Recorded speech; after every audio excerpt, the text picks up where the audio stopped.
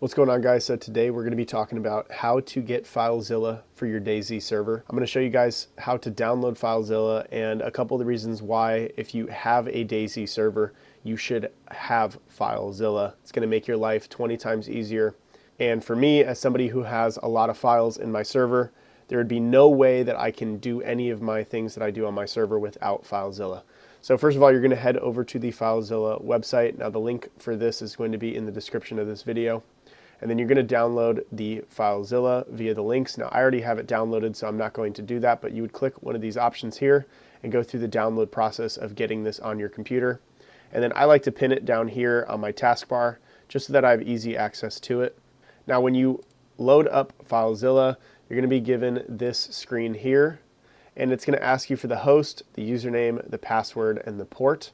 This is how you're going to connect your Nitrado portal to your FileZilla.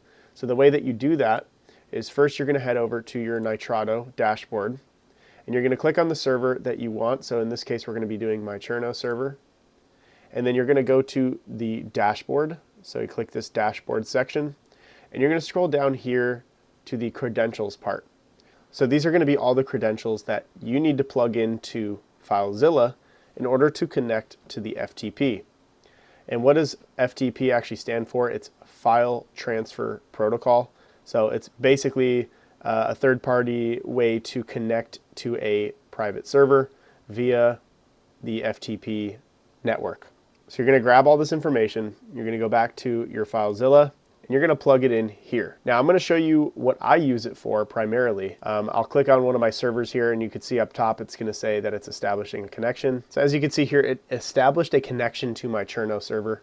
So on the left side is where your files are going to be downloaded, and on the right side is the FTP connection to your server. So what I'm going to do is I'm going to actually set this up so that when it downloads, it goes into a specific folder. Now I already have one set, which is FileZilla Downloads. So when I click on this, it actually shows that it's going to go into this directory.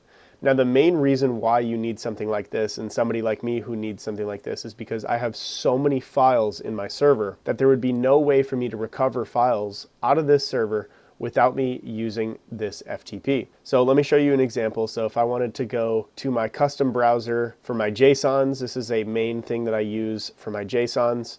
If I go to my custom folder, I have to say thousands of files in my customs folder. I mean, these are years and years and years of files that have just kind of accumulated in here.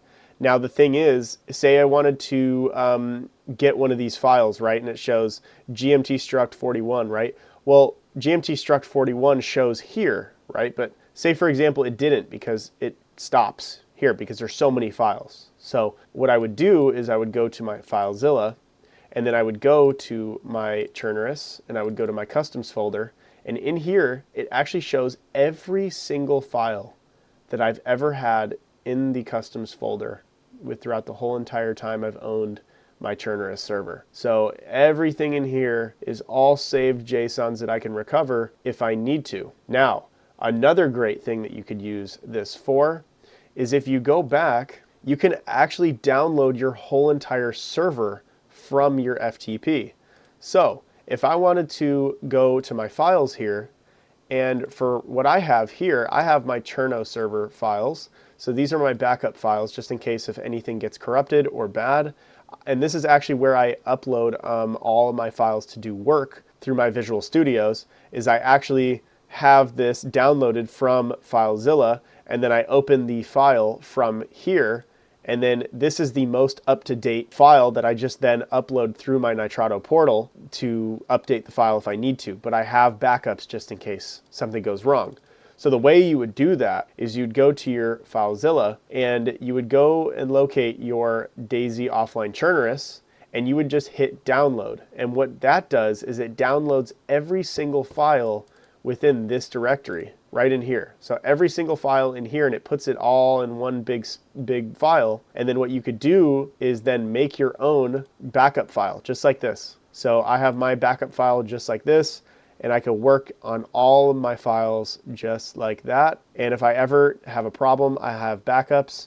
And this is the best way to upload map group pos and map group proto files, because these are ones that you can't copy and paste into the directory, unlike your types or events files, etc. So that was just a quick way to show you guys how to use FileZilla and why it's so important for you guys, FileZilla for your servers. If you guys ever have any questions, you could leave a comment in the comment section, or you can join the Server Pro X Discord and you guys could ask questions in the free chat, or you can head over to Upgrade and get the Server Pro X course, and you guys will be able to talk amongst the other Server Pro X people and get some extra help. So I appreciate you guys watching, and I'll see you guys in the next one.